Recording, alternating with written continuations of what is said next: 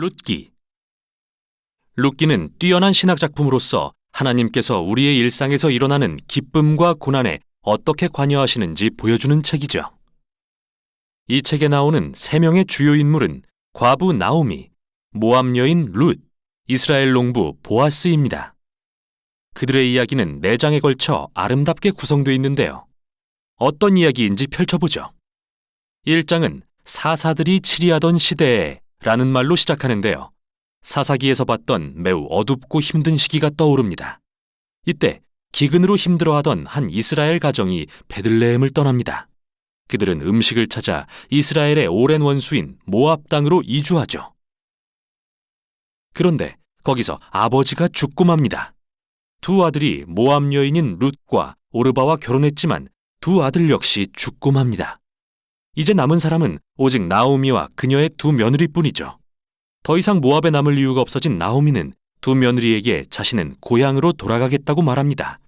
그러나 나오미는 이방인 과부로서 이스라엘에 사는 게 얼마나 힘든지 알기에 그들에게 모압에 남으라고 강권하죠. 이에 오르바는 그렇게 하지만 룻은 나오미에게 놀랄 만한 신실함을 보입니다. 어머니가 가시는 곳에 저도 갈게요. 어머니의 백성이 제 백성이 되고 어머니의 하나님이 제 하나님이 되실 거예요.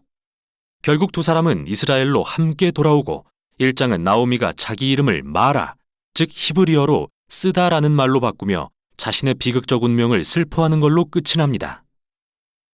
2장은 나오미와 룻이 어디서 먹을 것을 구할지 논의하는 장면으로 시작하는데요. 마침 그때는 보리 추수 시기였습니다. 식량을 찾아 나선 룻이 마침 이삭을 줍게 된 곳은 보아스라는 남자의 밭이었는데 그는 마침 나오미의 친척이었습니다. 보아스는 고매한 사람이었고 이미 룻에 대해 알고 있었죠. 룻의 이야기를 더 알게 된 보아스는 그녀에게 놀라울 정도로 관용을 베푸는데요. 이방인이자 이민자인 룻이 자기 밭에서 이삭을 줍도록 특별한 배려를 해줍니다. 보아스의 이 행동은 율법에 기록된 대로 이방인과 가난한 자를 환대하라는 말씀에 순종한 것이었죠. 보아스는 나오미에 대한 룻의 신실함에 매우 감명을 받아 하나님께 그녀의 담대함을 넉넉히 갚아주시라고 기도합니다. 룻이 돌아와서 나오미에게 보아스를 만났다고 말하자 그녀는 신이 나서 보아스가 그들 가문에 기업을 물을 자라고 알려줍니다. 여기서 기업을 물을 자란 이스라엘에서 어떤 남자가 아내, 자녀 또는 땅을 남기고 죽었을 때 친족이 그 과부와 결혼하고 땅을 차지하여 가문을 지킬 책임을 지는 관습이었습니다. 나오미는 자기 가족에게 아직은 미래가 있을 수도 있겠다는 소망을 품기 시작합니다. 3장은 나오미와 룻이 보아스에게 자신들의 상황을 알리고자 계획을 세우며 시작됩니다. 룻은 이제 슬픈 과부의 옷을 벗고 자신이 결혼할 수 있다는 신호를 보내려 합니다. 룻은 보아스를 만나러 그날 밤 타작마당으로 갑니다. 그녀가 다가가자 놀라서 잠을 깬 보아스에게 룻은 자기 의사를 분명히 전달합니다. 나오미 가족의 기업을 물으고 자기랑 결혼해 줄 수 있는지 묻죠. 보아스는 나오미와 그 가족에 대한 룻의 신실함에 또 한 번 감탄하면서 룻을 현숙한 여인이라고 부르는데 이 말은 잠언 31장에 나오는 표현과 같습니다. 보아스는 룻에게 내일까지 기다리라고 하는데 이는 성읍 장로들 앞에서 합법적으로 룻과 나오미를 구제하기 위해서였죠. 3장은 룻이 나오미에게 돌아가 일어난 일들을 말하며 함께 놀라워하며 끝납니다. 4장은 룻기의 대단원입니다. 마지막 순간 보아스는 나오미에게 자신보다 더 가까운 친족이 있다는 것을 알게 됐는데 실제로 그는 이 가문의 기업을 물을 우선권이 있는 사람이었죠. 그러나 막판에 이 사람은 모압 여인인 룻과 결혼해야 한다는 것을 알고 이를 거절합니다. 하지만 보아스는 룻의 참모습을 알기에 나오미 가문의 소유를 승계하고 룻과 결혼합니다. 마치 처음에 룻이 나오미의 가문에 신실했듯이 이제 보아스도 그들에게 신실함을 보여줍니다. 이야기가 결론에 이르자 1장의 모든 비극이 반전됩니다. 남편과 2 아들의 죽음이 바뀌어 룻이 재혼하여 새로운 아들을 낳아 나오미는 기쁨을 회복하죠. 이 같은 서두와 결론의 대칭 구조는 더더욱 놀라운데요. 서두에서는 비극에도 불구하고 룻이 신실한 행동을 보여주었다면 결말에서는 보아스가 신실한 행동으로 이 가문의 온전한 회복을 이루고 있는 것입니다. 이러한 대칭 구조는 2, 3장의 구조에도 뚜렷이 드러나는데요. 각 장은 나오미와 룻이 그들의 미래를 위해 계획을 세우며 시작합니다. 그 후 룻과 보아스는 섭리에 따라 만나고 마침내 나오미와 룻은 모든 일어난 일들을 기뻐하며 마무리됩니다. 아름답게 구성된 이 이야기 속에 정말 궁금한 점이 하나 있는데요. 그건 바로 하나님에 대한 언급이 거의 없다는 겁니다. 물론 등장인물들이 하나님에 대해 가끔 말하긴 하지만 룻기의 저자는 한 번도 하나님이 하시는 일을 직접 언급하지 않죠. 이게 바로 탁월한 점입니다. 하나님의 섭리가 모든 장면 뒤에서 인물들의 상황과 선택을 통해 이야기를 엮어가는 걸 보여주기 때문이죠. 나오미는 자신의 비극이 하나님의 심판이라고 생각했지만 진정한 하나님의 계획은 나오미와 그 가문을 회복시키는 일이었던 것입니다. 하나님은 룻의 담대함과 신실함을 통해 나오미의 삶을 치유하시고 그뿐 아니라 현명한 농부인 보아스의 관대함과 신실함도 사용하십니다. 하나님은 그의 선행과 룻의 담대함을 통해 나오미와 그 가문을 구원하신 것이죠. 이처럼 룻기는 하나님의 목적과 뜻, 그리고 사람의 결정과 뜻이 어떻게 상호작용하는지 탁월하게 보여줍니다. 하나님은 신실하게 순종하는 자기 백성을 통해 온 세상의 구원을 이루어 가시는 거죠. 이제 이야기의 진짜 결론입니다. 룻기는 한 족보로 마무리되는데 이는 보아스와 룻의 아들 오벳이 다윗 왕의 할아버지가 됨을 알려줍니다. 즉, 다윗으로부터 오실 메시아의 족보인 거죠. 이 순간 우리는 이처럼 평범한 일상의 사건들이 모여 하나님의 원대한 구속 사역을 이루어간다는 사실을 깨닫게 됩니다. 룻기는 우리에게 평범한 일상의 삶 속에서 구체적으로 일하고 계시는 하나님의 역사를 묵상해 보라고 권면합니다.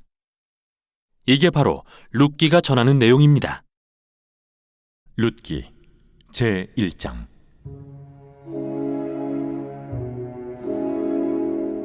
사사들이 치리하던 때에 그 땅에 흉년이 되니라. 유다 베들레헴의 한 사람이 그의 아내와 두 아들을 데리고 모압 지방에 가서 거류하였는데 그 사람의 이름은 엘리멜렉이요 그의 아내의 이름은 나오미요 그의 두 아들의 이름은 말론과 기론이니 유다 베들레헴 에브랏 사람들이더라. 그들이 모압 지방에 들어가서 거기 살더니 나오미의 남편 엘리멜렉이 죽고 나오미와 그의 두 아들이 남았으며 그들은 모압 여자 중에서 그들의 아내를 맞이하였는데 하나 이름은 오르바요 하나 이름은 룻이더라. 그들이 거기 거주한 지 10년쯤에 말론과 기론 두 사람이 다 죽고 그 여인은 두 아들과 남편의 뒤에 남았더라. 그 여인이 모압 지방에서 여호와께서 자기 백성을 돌보시사 그들에게 양식을 주셨다 함을 듣고 이에 두 며느리와 함께 일어나 모압 지방에서 돌아오려 하여 있던 곳에서 나오고 두 며느리도 그와 함께하여 유다 땅으로 돌아오려고 길을 가다가 나오미가 두 며느리에게 이르되 너희는 각기 너희 어머니의 집으로 돌아가라. 너희가 죽은 자들과 나를 선대한 것 같이 여호와께서 너희를 선대하시기를 원하며 여호와께서 너희에게 허락하사 각기 남편의 집에서 위로를 받게 하시기를 원하노라. 하고 그들에게 입맞춤에 그들이 소리를 높여 울며 나오미에게 이르되 아니니이다. 우리는 어머니와 함께 어머니의 백성에게로 돌아가겠나이다. 내 딸들아, 돌아가라. 너희가 어찌 나와 함께 가려느냐? 내 태중에 너희의 남편들 아들들이 아직 있느냐? 내 딸들아, 되돌아가라. 나는 늙었으니 남편을 두지 못할지라. 가령 내가 소망이 있다고 말한다든지 오늘 밤에 남편을 두어 아들들을 낳는다 하더라도 너희가 어찌 그들이 자라기를 기다리겠으며 어찌 남편 없이 지내겠다고 결심하겠느냐? 내 딸들아, 그렇지 아니하니라. 여호와의 손이 나를 치셨으므로 나는 너희로 말미암아 더욱 마음이 아프도다. 그들이 소리를 높여 다시 울더니 오르바는 그의 시어머니에게 입맞추되 룻은 그를 붙쫓았더라. 나오미가 또 이르되 보라, 내 동서는 그의 백성과 그의 신들에게로 돌아가나니 너도 너의 동서를 따라 돌아가라. 하니 룻이 이르되 내게 어머니를 떠나며 어머니를 따르지 말고 돌아가라 강건하지 마옵소서. 어머니께서 가시는 곳에 나도 가고 어머니께서 머무시는 곳에서 나도 머물겠나이다. 어머니의 백성이 나의 백성이 되고 어머니의 하나님이 나의 하나님이 되시리니 어머니께서 죽으시는 곳에서 나도 죽어 거기 묻힐 것이라. 만일 내가 죽는 일 외에 어머니를 떠나면 여호와께서 내게 벌을 내리시고 더 내리시기를 원하나이다. 나오미가 룻이 자기와 함께 가기로 굳게 결심함을 보고 그에게 말하기를 그치니라. 이에 그 두 사람이 베들레헴까지 갔더라. 베들레헴에 이를 때 온 성읍이 그들로 말미암아 떠들며 이르기를 얘가 나옴이냐? 나를 나옴이라 부르지 말고 나를 마라라 부르라. 이는 전능자가 나를 심히 괴롭게 하셨음이니라.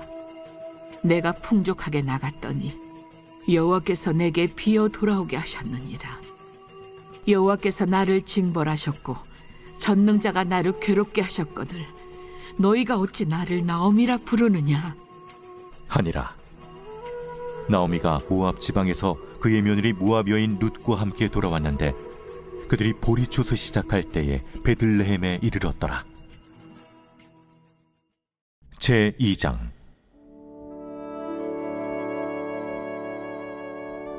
나오미의 남편 엘리멜렉의 친족으로 유력한 자가 있으니 그의 이름은 보아스더라.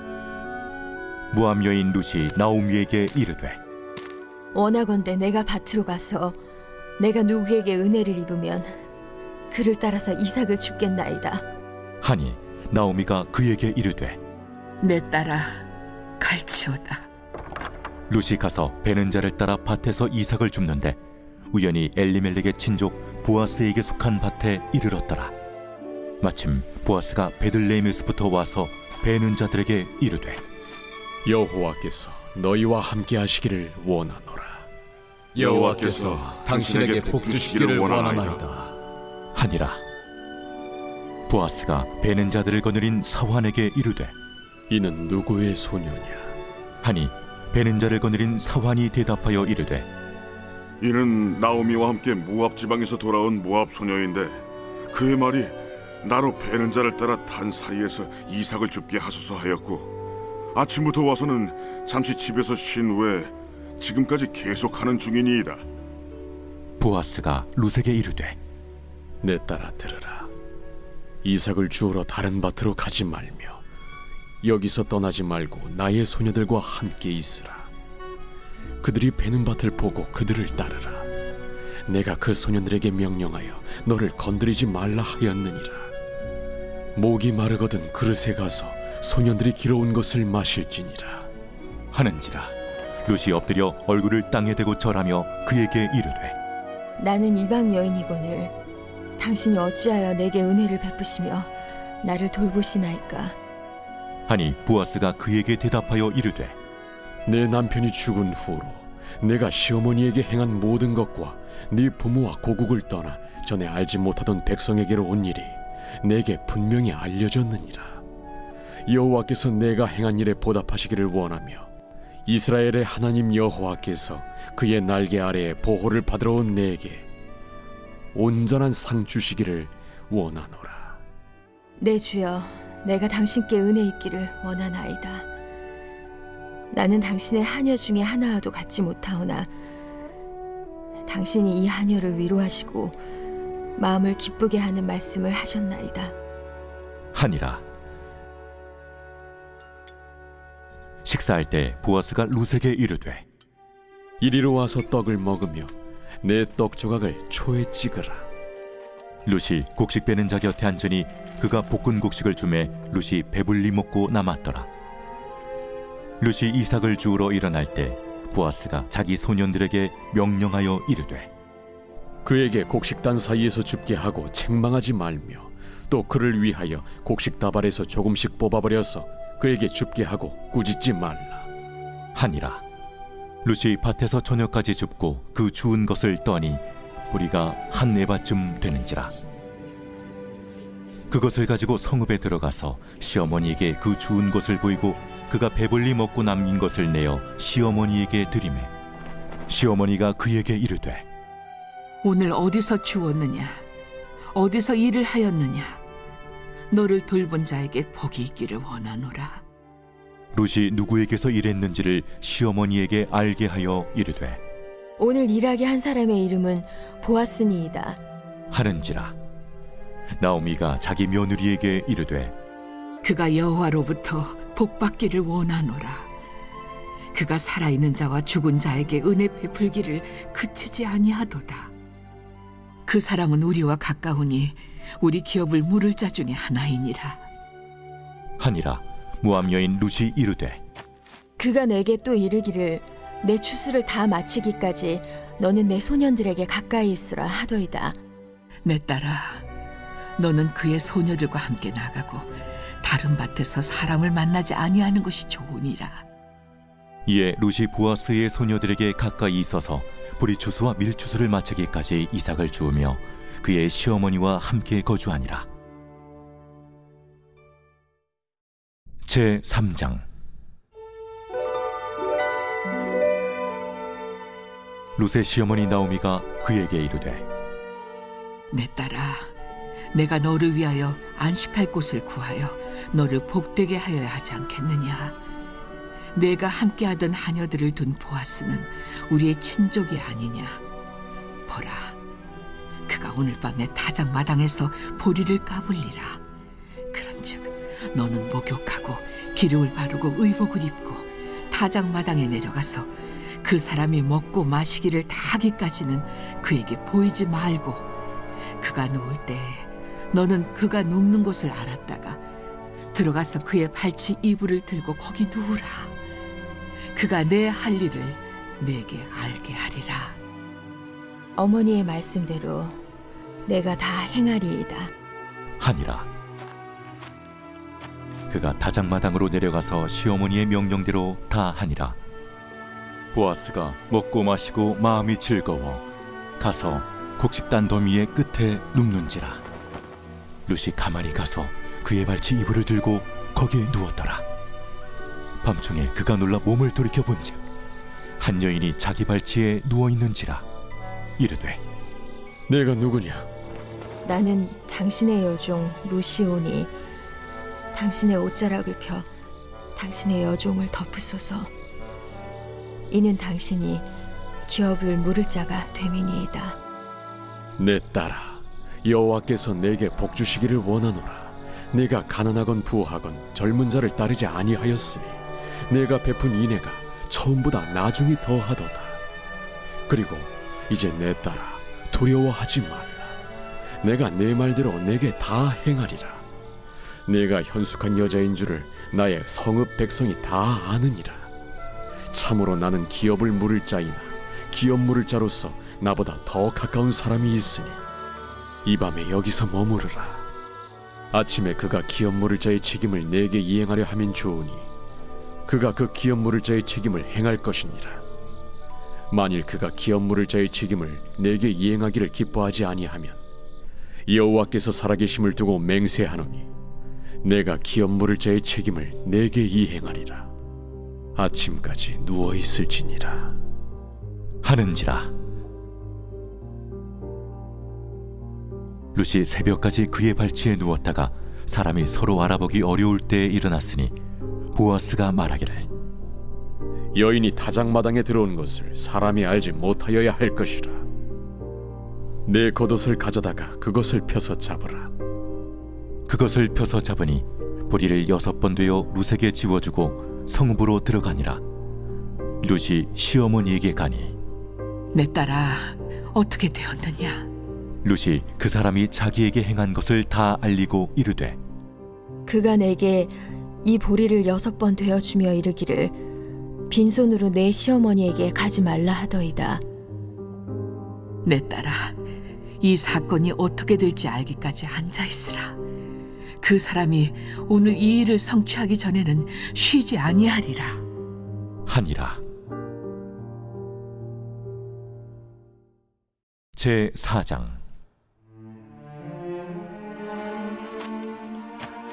보아스가 성문으로 올라가서 거기 앉아 있더니 마침 보아스가 말하던 기업 물을 자가 지나가는지라. 보아스가 그에게 이르되 이리로 와서 앉으라.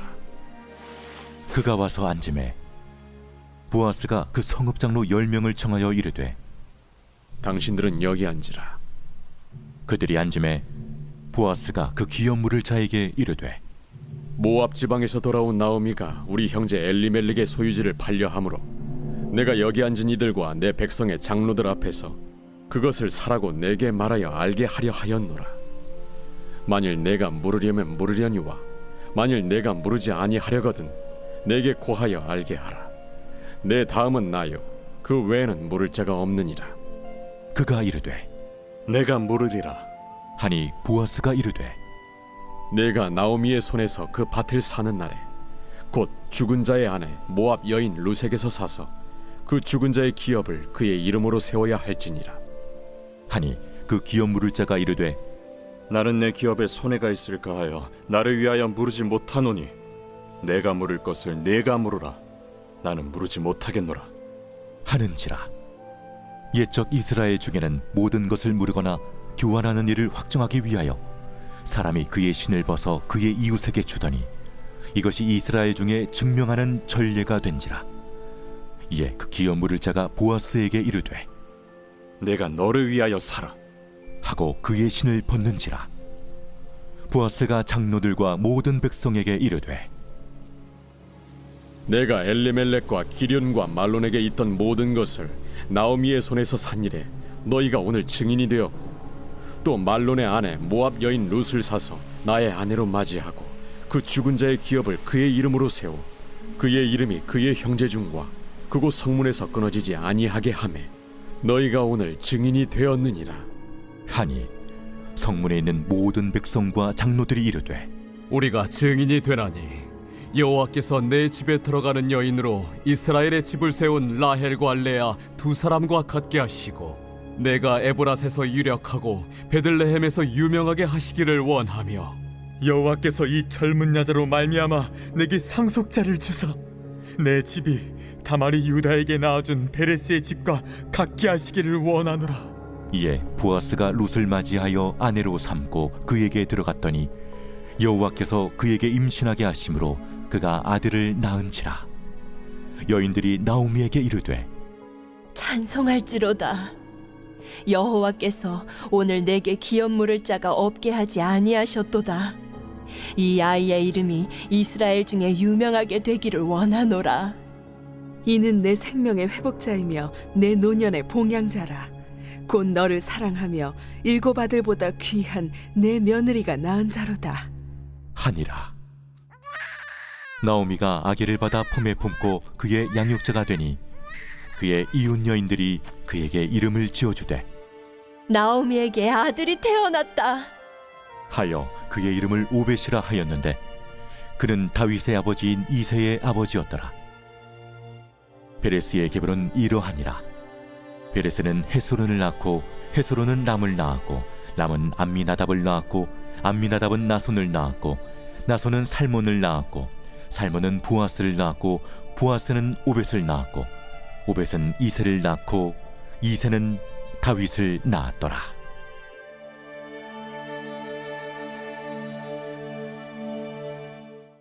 사무엘상과 사무엘하. 현대 성경에는 이 둘이 나눠져 있지만 실은 분량 때문에 나눈 것뿐 원래는 하나의 일관된 이야기인데요. 이 영상에서는 사무엘상을 다루겠습니다. 이스라엘은 이집트의 종살이에서 해방된 후 시내산에서 하나님과 언약을 맺고 마침내 약속의 땅으로 들어왔습니다. 그 땅에서 이스라엘은 하나님께 신실하고 언약의 계명에 순종해야 했지만 사무엘상 앞에 나오는 사사기에서 보듯 이스라엘은 완전히 실패하고 맙니다. 도덕적 혼란의 시기에 이스라엘에 지혜롭고 신실한 지도자가 필요했던 거죠. 바로 이 책이 이 필요에 답을 줍니다. 사무엘 상하의 이야기는 세 주요 인물에 초점을 맞추는데요. 선지자 사무엘, 이 책의 이름이죠. 사울 왕, 그리고 다윗 왕입니다. 이 세 명은 이스라엘을 사사들이 치리하던 지파들로부터 다윗 왕이 예루살렘에서 다스리는 통일 왕국으로 전환시킵니다. 이 책은 흥미로운 구성으로 3명의 이야기를 4부분에 걸쳐 엮어 놓았습니다.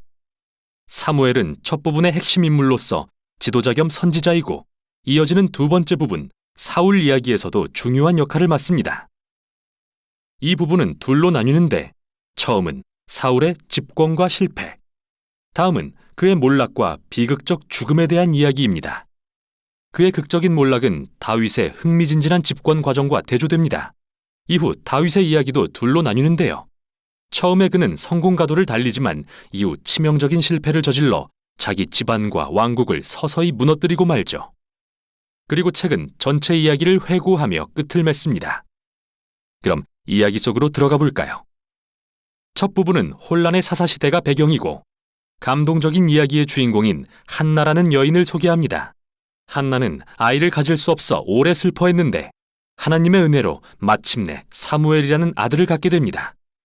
기쁨에 찬 한나는 이 장에서 놀라운 시로 노래합니다.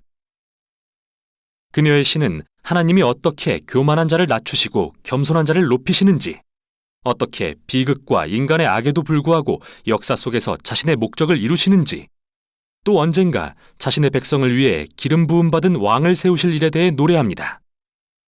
한나의 시가 서두에 배치된 이유는 이 핵심 주제들이 이야기 전체에 걸쳐 등장하기 때문이죠. 다음처럼요. 사무엘은 자라서 이스라엘 백성의 위대한 선지자 겸 지도자가 됩니다. 그 당시 최대의 적수였던 블레셋과의 결정적인 전투에서 이스라엘은 교만하여 기도로 하나님의 도움을 구하는 대신 언약궤가 마법처럼 승리를 줄 거라 믿고 그걸 들고 전쟁에 나갑니다. 이러한 교만한 생각 때문에 하나님은 이스라엘을 패하게 하시고 그들은 언약궤를 빼앗기고 말죠. 블레셋 사람들이 언약궤를 자신들의 신인 다곤 신전에 두자 이스라엘의 하나님은 블레셋과 다곤 신을 군대가 아닌 전염병으로 물리치십니다. 질려버린 블레셋 사람들은 언약궤를 이스라엘로 돌려보냅니다. 이 짧은 이야기의 핵심은 이것입니다. 하나님은 이스라엘의 전리품이 아니시며 블레셋뿐 아니라 자기 백성의 교만도 낮추십니다. 이스라엘이 하나님의 언약의 복을 경험하고 싶다면 늘 겸손히 순종해야 하는 거죠. 다음은 긴 이야기입니다. 이스라엘 백성이 사무엘에게 말합니다. 우리도 다른 민족처럼 왕을 원한다. 우리에게 왕을 달라. 발끈한 사무엘이 하나님께 나아가 묻자 하나님은 그들의 동기는 잘못됐지만 그들이 왕을 원한다면 세워주라고 대답하십니다. 이렇게 해서 사울이 등장합니다. 사울은 전도유망했으나 비극적인 인물입니다. 그는 키가 크고 잘생겼으며 왕이 되기에 완벽한 후보지만 심각한 성품의 결함을 갖고 있습니다. 부정직하고 청렴하지 않았으며 자기 실수를 인정할 줄 몰랐는데요. 그는 이런 결점들로 인해 결국 몰락합니다. 그는 초반에 일부 전투에서 승리했지만 마음속의 깊은 결함들은 그가 결국 하나님의 계명을 뻔뻔하게 어기고 왕의 자격을 잃게 만들죠. 늙은 사무엘은 이런 사울과 백성을 대하여 경고합니다. 하나님 앞에 겸손하며 신실한 왕만이 이스라엘에 유익하며 그렇지 않은 왕들은 멸망을 초래할 것이다. 그리고 사울에게는 하나님이 그를 대신해 새로운 왕을 세우실 거라고 알려줍니다. 그 후 사울의 몰락이 시작됩니다. 동시에 하나님은 새로운 왕을 세우려고 막후에서 일하고 계십니다. 보잘것없는 양치기 소년 다윗. 왕과는 가장 거리가 멀어 보이죠. 그러나 유명한 다윗과 골리앗 이야기에서 우리는 하나님이 다윗의 집안이 아닌 그의 순전하고 겸손한 믿음을 보고 택하셨다는 걸 알 수 있습니다. 이렇게 이 이야기는 한나의 시의 주제들과도 상통합니다. 교만한 사울과 골리앗은 낮추시고 겸손한 다윗은 높이시죠. 이때부터 사울은 서서히 미쳐가고 다윗은 권세를 얻기 시작합니다. 다윗은 사울의 군대장이 되어 싸우는 전투마다 승리하고 명성도 얻게 되죠. 그러자 사울은 질투심에 불타 다윗을 찾아내 죽이려고 쫓아다닙니다. 아무 잘못도 없는 다윗은 그저 광야로 도망다니며 기다릴 뿐이죠. 여기서 다윗의 진면목이 드러나는데요. 여러 번 사울을 죽일 기회가 있었지만 죽이지 않았고 사울의 악에도 불구하고 하나님이 자기 백성을 위해 왕을 세우실 것을 믿습니다. 또 흥미로운 점은 시편의 수많은 다윗의 시가 바로 이 시기에 그의 삶과 연관되어 있는데 한결같이 이러한 믿음을 표현하고 있다는 겁니다. 결국 이 부분은 사울이 블레셋 전투에서 패하고 처참하게 죽는 장면으로 끝납니다. 사무엘상은 성경에서 가장 복잡하면서도 정교한 이야기들을 들려줍니다. 사울과 다윗이라는 인물을 매우 현실적으로 묘사한 것도 그들을 일종의 인물 연구처럼 제시해 독자들이 그 안에서 자신을 발견하게 하려는 의도죠. 사울의 이야기는 우리에게 나의 성품의 결함이 나와 주변 사람들을 어떻게 해야 하는지 돌아봐야 한다고 경고합니다. 우리는 하나님의 도우심을 받아 겸손히 나의 어두운 면을 다루어 사울처럼 되지 않아야 할 것입니다. 다윗은 반대로 인내하며 하나님의 시간을 기다린 본보기로 묘사됩니다. 그는 광야에서 사울에게 쫓겨 도망다니는 중에 하나님이 자기를 버리셨다고 생각할 이유가 충분했지만 그러지 않았죠. 우리는 다윗의 이야기를 통해 하나님은 인간의 악에도 불구하고 교만한 자를 낮추고 겸손한 자를 높여 자신의 목적을 이루시는 분임을 신뢰하게 됩니다. 여기까지가 사무엘상입니다. 사무엘상 제1장.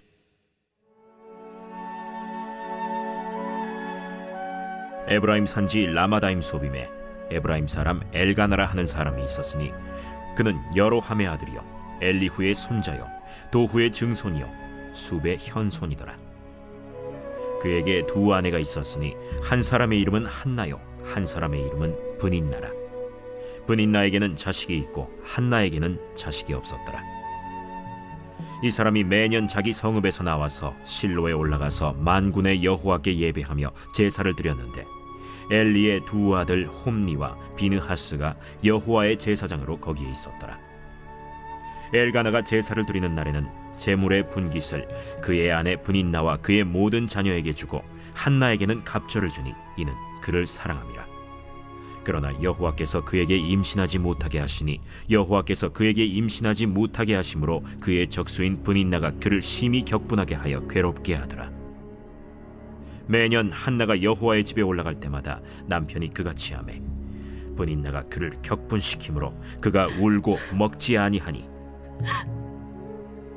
그의 남편 엘가나가 그에게 이르되 한나여, 어찌하여 울며 어찌하여 먹지 아니하며 어찌하여 그대의 마음이 슬프냐? 내가 그대에게 10 아들보다 낫지 아니하냐? 그들이 실로에서 먹고 마신 후에 한나가 일어나니 그때 제사장 엘리는 여호와의 전 문설주 곁 의자에 앉아 있었더라. 한나가 마음이 괴로워서 여호와께 기도하고 통곡하며 서원하여 이르되 만군의 여호와여,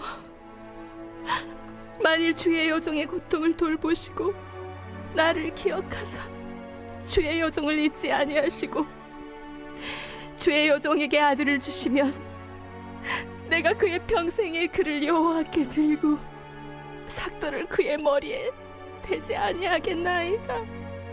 그가 여호와 앞에 오래 기도하는 동안에 엘리가 그의 입을 주목한즉 한나가 속으로 말하며 입술만 움직이고 음성은 들리지 아니하므로 엘리는 그가 취한 줄로 생각한지라. 엘리가 그에게 이르되 네가 언제까지 취하여 있겠느냐? 포도주를 끊으라. 해주여, 그렇지 아니하니이다. 나는 마음이 슬픈 여자라. 포도주나 독주를 마신 것이 아니요 여호와 앞에 내 심정을 통한 것뿐이오니 당신의 여종을 악한 여자로 여기지 마옵소서. 내가 지금까지 말한 것은 나의 원통함과 격분됨이 많기 때문이니이다. 평안히 가라. 이스라엘의 하나님이 네가 기도하여 구한 것을 허락하시기를 원하노라. 당신의 여종이 당신께 은혜 입기를 원하나이다. 하고 가서 먹고 얼굴에 다시는 근심빛이 없더라. 그들이 아침에 일찍이 일어나 여호와 앞에 경배하고 돌아가 라마의 자기 집에 이르니라. 엘가나가 그의 아내 한나와 동침하매 여호와께서 그를 생각하신지라. 한나가 임신하고 때가 이름에 아들을 낳아 사무엘이라 이름하였으니 이는 내가 여호와께 그를 구하였다. 그 사람 엘가나와 그의 온 집이 여호와께 매년제와 서원제를 드리러 올라갈 때 오직 한나는 올라가지 아니하고 그의 남편에게 이르되 아이를 젖대거든 내가 그를 데리고 가서 여호와 앞에 뵙게 하고 거기에 영원히 있게 하리이다. 그의 남편 엘가나가 그에게 이르되 그대의 소견에 좋은 대로 하여 그를 젖대기까지 기다리라. 오직 여호와께서 그의 말씀대로 이루시기를 원하노라. 이에 그 여자가 그의 아들을 양육하며 그가 젖대기까지 기다리다가 젖을 뗀 후에 그를 데리고 올라갈새 숫소 3마리와 밀가루 1에바와 포도주 1가죽 부대를 가지고 실로 여호와의 집에 나아갔는데 아이가 어리더라. 그들이 숫소를 잡고 아이를 데리고 엘리에게 가서 한나가 이르되 내 주여, 당신의 사심으로 맹세하나이다. 나는 여기서 내 주 당신 곁에 서서 여호와께 기도하던 여자라. 이 아이를 위하여 내가 기도하였더니 내가 구하여 기도한 바를 여호와께서 내게 허락하신지라. 그러므로 나도 그를 여호와께 드리되 그의 평생을 여호와께 드리나이다 하고 그가 거기서 여호와께 경배하니라.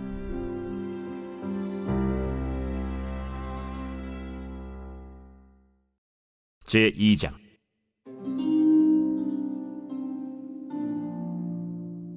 한나가 기도하여 이르되 내 마음이 여호와로 말미암아 즐거워하며 내 뿔이 여호와로 말미암아 높아졌으며 내 입이 내 원수들을 향하여 크게 열렸으니 이는 내가 주의 구원으로 말미암아 기뻐함이니이다.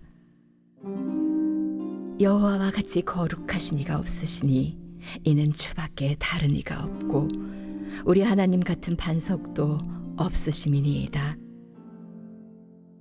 심히 교만한 말을 다시 하지 말 것이며 오만한 말을 너희의 입에서 내지 말지어다. 여호와는 지식의 하나님이시라 행동을 달아보시느니라. 용사의 활은 꺾이고 넘어진 자는 힘으로 띠를 띠도다. 풍족하던 자들은 양식을 위하여 품을 팔고 줄이던 자들은 다시 줄이지 아니하도다. 전에 임신하지 못하던 자는 7을 낳았고 많은 자녀를 둔 자는 쇠약하도다. 여호와는 죽이기도 하시고 살리기도 하시며 수월에 내리기도 하시고 거기에서 올리기도 하시는도다. 여호와는 가난하게도 하시고 부하게도 하시며 낮추기도 하시고 높이기도 하시는도다. 가난한 자를 진토에서 일으키시며 빈궁한 자를 거름더미에서 올리사 귀족들과 함께 앉게 하시며 영광의 자리를 차지하게 하시는도다. 땅의 기둥들은 여호와의 것이라. 여호와께서 세계를 그것들 위에 세우셨도다. 그가 그의 거룩한 자들의 발을 지키실 것이요 악인들을 흑암 중에서 잠잠하게 하시리니 힘으로는 이길 사람이 없음이로다. 여호와를 대적하는 자는 산산이 깨어질 것이라. 하늘에서 우레로 그들을 치시리로다. 여호와께서 땅끝까지 심판을 내리시고 자기 왕에게 힘을 주시며 자기의 기름 부음을 받은 자의 뿔을 높이시리로다. 엘가나는 라마의 자기 집으로 돌아가고 그 아이는 제사장 엘리 앞에서 여호와를 섬기니라.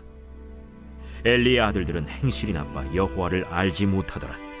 그 제사장들이 백성에게 행하는 관습은 이러하니 곧 어떤 사람이 제사를 드리고 그 고기를 삶을 때에 제사장의 사환이 손에 3살 갈고리를 가지고 와서 그것으로 냄비에나 솥에나 큰 솥에나 가마에 찔러 넣어 갈고리에 걸려 나오는 것은 제사장이 자기 것으로 가지되 실로에서 그곳에 온 모든 이스라엘 사람에게 이같이 할 뿐 아니라 기름을 태우기 전에도 제사장의 사환이 와서 제사 드리는 사람에게 이르기를 제사장에게 구워드릴 고기를 내라. 그가 내게 삶은 고기를 원하지 아니하고 날 것을 원하신다. 그 사람이 이르기를 반드시 먼저 기름을 태운 후에 내 마음에 원하는 대로 가지라.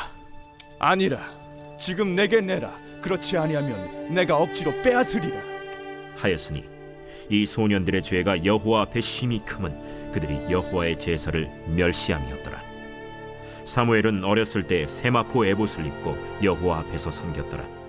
그의 어머니가 매년 드리는 제사를 드리러 그의 남편과 함께 올라갈 때마다 작은 겉옷을 지어다가 그에게 주었더니 엘리가 엘가나와 그의 아내에게 축복하여 이르되 여호와께서 이 여인으로 말미암아 내게 다른 후사를 주사 이가 여호와께 간구하여 얻어바친 아들을 대신하게 하시기를 원하노라 하였더니 그들이 자기 집으로 돌아가매 여호와께서 한나를 돌보시사 그로 하여금 임신하여 세 아들과 두 딸을 낳게 하셨고 아이 사무엘은 여호와 앞에서 자라니라.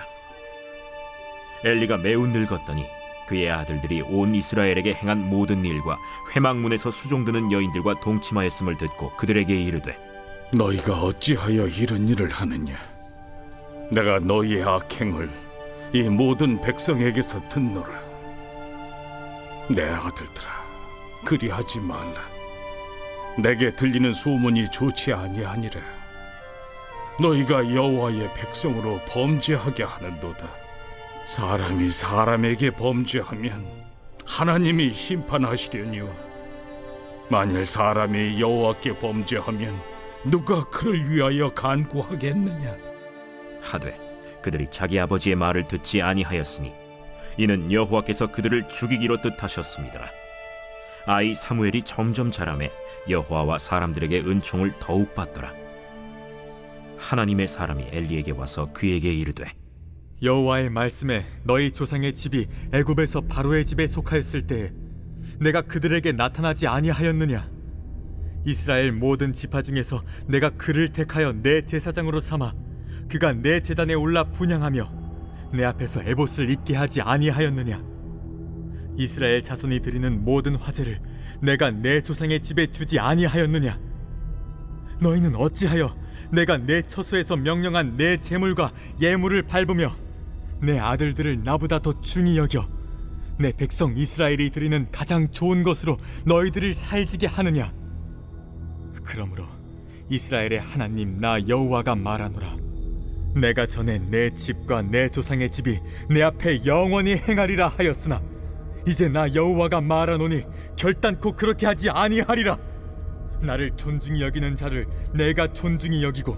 나를 멸시하는 자를 내가 경멸하리라 보라 내가 내 팔과 내 조상의 집 팔을 끊어 내 집에 노인이 하나도 없게 하는 날이 이를지라 이스라엘에게 모든 복을 내리는 중에 너는 내 처소의 환난을 볼 것이요 내 집에 영원토록 노인이 없을 것이며 내 제단에서 내가 끊어버리지 아니할 내 사람이 내 눈을 쇠잔하게 하고 내 마음을 슬프게 할 것이요 내 집에서 출산되는 모든 자가 젊어서 죽으리라 내 두 아들 홈니와 비느하스가 한날에 죽으리니 그 둘이 당할 그 일이 내게 표징이 되리라 내가 나를 위하여 충실한 제사장을 일으키리니 그 사람은 내 마음 내 뜻대로 행할 것이라 내가 그를 위하여 견고한 집을 세우리니 그가 나의 기름 부음을 받은 자 앞에서 영구히 행하리라 그리고 내 집에 남은 사람이 각기 와서 은 한 조각과 떡 한 덩이를 위하여 그에게 엎드려 이르되 청하노니 내게 제사장의 직분 하나를 맡겨 내게 떡 조각을 먹게 하소서 하리라 하셨다 하니라. 제3장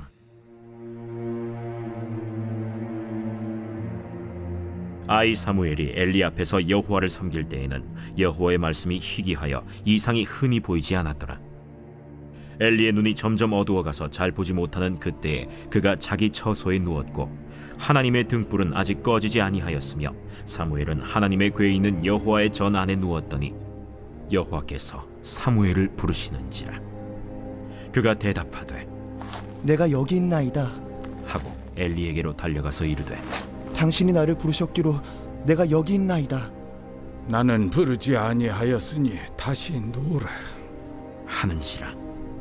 그가 가서 누웠더니 여호와께서 다시 사무엘을 부르시는지라. 사무엘이 일어나 엘리에게로 가서 이르되 당신이 나를 부르셨기로 내가 여기 있나이다 내 아들아 내가 부르지 아니하였으니 다시 누우라 하니라. 사무엘이 아직 여호와를 알지 못하고 여호와의 말씀도 아직 그에게 나타나지 아니한 때라 여호와께서 세 번째 사무엘을 부르시는지라 그가 일어나 엘리에게로 가서 이르되 당신이 나를 부르셨기로 내가 여기 있나이다. 하니 엘리가 여호와께서 이 아이를 부르신 줄을 깨닫고 엘리가 사무엘에게 이르되 가서 누웠다가 그가 너를 부르시거든 내가 말하기를 여호와여 말씀하옵소서 주의 종이 듣겠나이다 하라.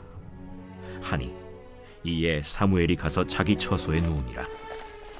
여호와께서 임하여 서서 전과 같이 사무엘아 사무엘아 말씀하옵소서 주의 종이 듣겠나이다. 하니 여호와께서 사무엘에게 이르시되 보라 내가 이스라엘 중에 한 일을 행하리니 그것을 듣는 자마다 두 귀가 울리리라. 내가 엘리의 집에 대하여 말한 것을 처음부터 끝까지 그날에 그에게 다 이루리라. 내가 그의 집을 영원토록 심판하겠다고 그에게 말한 것은 그가 아는 죄악 때문이니 이는 그가 자기의 아들들이 저주를 자청하되 금하지 아니하였음이니라. 그러므로 내가 엘리의 집에 대하여 맹세하기를 엘리 집의 죄악은 제물로나 예물로나 영원히 속잠을 받지 못하리라 하였노라 하셨더라. 사무엘이 아침까지 누웠다가 여호와의 집의 문을 열었으나 그 이상을 엘리에게 알게 하기를 두려워하더니 엘리가 사무엘을 불러 이르되 내 아들 사무엘아 내가 여기 있나이다. 내게 무엇을 말씀하셨느냐? 청하노니 내게 숨기지 말라. 내게 말씀하신 모든 것을 하나라도 숨기면 하나님이 내게 벌을 내리시고 또 내리시기를 원하노라. 사무엘이 그것을 그에게 자세히 말하고 조금도 숨기지 아니하니 이는 여호와이시니 선하신 대로 하실 것이니라 하니라. 사무엘이 자라매 여호와께서 그와 함께 계셔서 그의 말이 하나도 땅에 떨어지지 않게 하시니 단에서부터 브엘세바까지의 온 이스라엘이 사무엘은 여호와의 선지자로 세우심을 입은 줄을 알았더라. 여호와께서 실로에서 다시 나타나시되 여호와께서 실로에서 여호와의 말씀으로 사무엘에게 자기를 나타내시니라.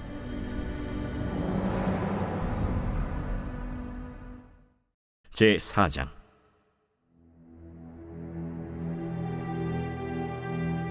사무엘의 말이 온 이스라엘에 전파되니라. 이스라엘은 나가서 블레셋 사람들과 싸우려고 에베넷을 곁에 진치고 블레셋 사람들은 아벡에 진쳤더니 블레셋 사람들이 이스라엘에 대하여 전열을 벌이니라. 그 둘이 싸우다가 이스라엘 블레셋 사람들 앞에서 패하여 그들에게 전쟁에서 죽임을 당한 군사가 4,000명가량이라.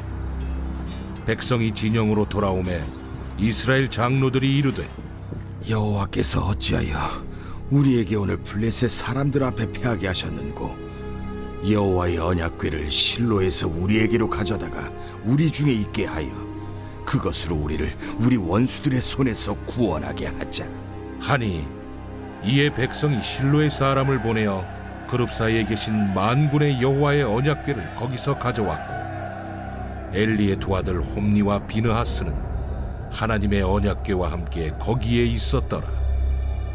여호와의 언약궤가 진영에 들어올 때에 온 이스라엘이 큰 소리로 외치매 땅이 울린지라. 블레셋 사람이 그 외치는 소리를 듣고 이르되 히브리 진영에서 큰 소리로 외치면 어찌 됨이냐 하다가 여호와의 궤가 진영에 들어온 줄을 깨달은지라. 블레셋 사람이 두려워하여 이르되 신이 진영에 이르렀도다. 우리에게 화로다. 전날에는 이런 일이 없었도다. 우리에게 화로다. 누가 우리를 이 능한 신들의 손에서 건지리요? 그들은 광야에서 여러 가지 재앙으로 애굽인을 친 신들이니라. 너희 블레셋 사람들아, 강하게 되며 대장부가 되라. 너희가 히브리 사람의 종이 되기를 그들이 너희의 종이 되었던 것 같이 되지 말고 대장부같이 되어 싸우라 하고 블레셋 사람들이 쳤더니 이스라엘이 패하여 각기 장막으로 도망하였고 살육이 심히 커서 이스라엘 보병에 엎드러진 자가 3만 명이었으며 하나님의 궤는 빼앗겼고 엘리의 두 아들 홈니와 비느하스는 죽임을 당하였더라. 당일에 어떤 베냐민 사람이 진영에서 달려나와 자기의 옷을 찢고 자기의 머리에 티끌을 덮어쓰고 실로에 이르니라. 그가 이를 때는 엘리가 길 옆 자기의 의자에 앉아 기다리며 그의 마음이 하나님의 괴로 말미암아 떨릴 즈음이라. 그 사람이 성읍에 들어오며 알림에 온 성읍이 부르짖는지라. 엘리가 그 부르짖는 소리를 듣고 이르되 이 떠드는 소리는 어찌 됨이냐? 그 사람이 빨리 가서 엘리에게 말하니 그때 엘리의 나이가 98세라. 그의 눈이 어두워서 보지 못하더라. 그 사람이 엘리에게 말하되 나는 진중에서 나온 자라. 내가 오늘 진중에서 도망하여 왔나이다. 내 아들아, 일이 어떻게 되었느냐? 이스라엘이 블레셋 사람들 앞에서 도망하였고 백성 중에는 큰 사륙이 있었고 당신의 두 아들 홈니와 비느하스도 죽임을 당하였고 하나님의 괴는 빼앗겼나이다. 하나님의 괴를 말할 때 엘리가 자기 의자에서 뒤로 넘어져 문 곁에서 목이 부러져 죽었으니 나이가 많고 비대한 까닭이라. 그가 이스라엘의 사사가 된 지 40년이었더라.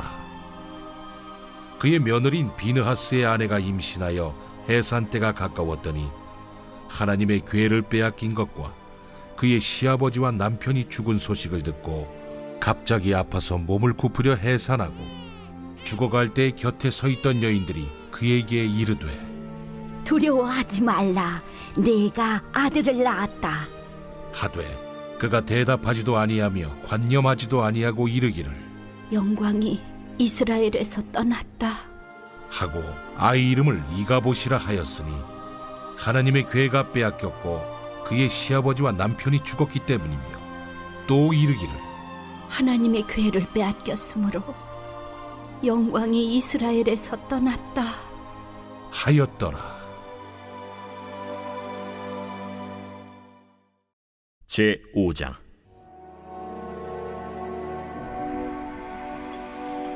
블레셋 사람들이 하나님의 괴를 빼앗아 가지고 에베네셀에서부터 아스돗에 이르니라. 블레셋 사람들이 하나님의 괴를 가지고 다곤의 신전에 들어가서 다곤 곁에 두었더니 아스돗 사람들이 이튿날 일찍이 일어나 본즉 다곤이 여호와의 괴 앞에서 엎드려져 그 얼굴이 땅에 닿았는지라. 그들이 다곤을 일으켜 다시 그 자리에 세웠더니 그 이튿날 아침에 그들이 일찍 일어나 본즉 다곤이 여호와의 괴 앞에서 또다시 엎드려져 얼굴이 땅에 닿았고 그 머리와 두 손목은 끊어져 문지방에 있고 다곤의 몸뚱이만 남았더라. 그러므로 다곤의 제사장들이나 다곤의 신전에 들어가는 자는 오늘까지 아스돗에 있는 다곤의 문지방을 밟지 아니하더라. 여호와의 손이 아스돗 사람에게 엄중히 더하사 독한 종기의 재앙으로 아스돗과 그 지역을 쳐서 망하게 하니 아스돗 사람들이 이를 보고 이르되 이스라엘 신의 괴를 우리와 함께 있지 못하게 할지라. 그의 손이 우리와 우리 신 다곤을 친다 하고 이에 사람을 보내어 블레셋 사람들의 모든 방백을 모으고 이르되 우리가 이스라엘 신의 괴를 어찌하랴? 그들이 대답하되 이스라엘 신의 괴를 가드로 옮겨가라. 이스라엘 신의 괴를 옮겨갔더니 그것을 옮겨간 후에 여호와의 손이 심히 큰 환난을 그 성읍에 더하사 성읍 사람들의 작은 자와 큰 자를 다 쳐서 독한 종기가 나게 하신지라. 이에 그들이 하나님의 괴를 에그론으로 보내니라. 하나님의 괴가 에그론에 이른즉 에그론 사람이 부르짖어 이르되 그들이 이스라엘 신의 괴를 우리에게로 가져다가 우리와 우리 백성을 죽이려 한다 하고 이에 사람을 보내어 블레셋 모든 방백을 모으고 이르되 이스라엘 신의 괴를 보내어 그 있던 곳으로 돌아가게 하고 우리와 우리 백성이 죽임당함을 면하게 하자. 이는 온 성읍이 사망의 환난을 당함이라. 거기서 하나님의 손이 엄중하심으로 죽지 아니한 사람들은 독한 종기로 치심을 당해 성읍의 부르짖음이 하늘에 사무쳤더라.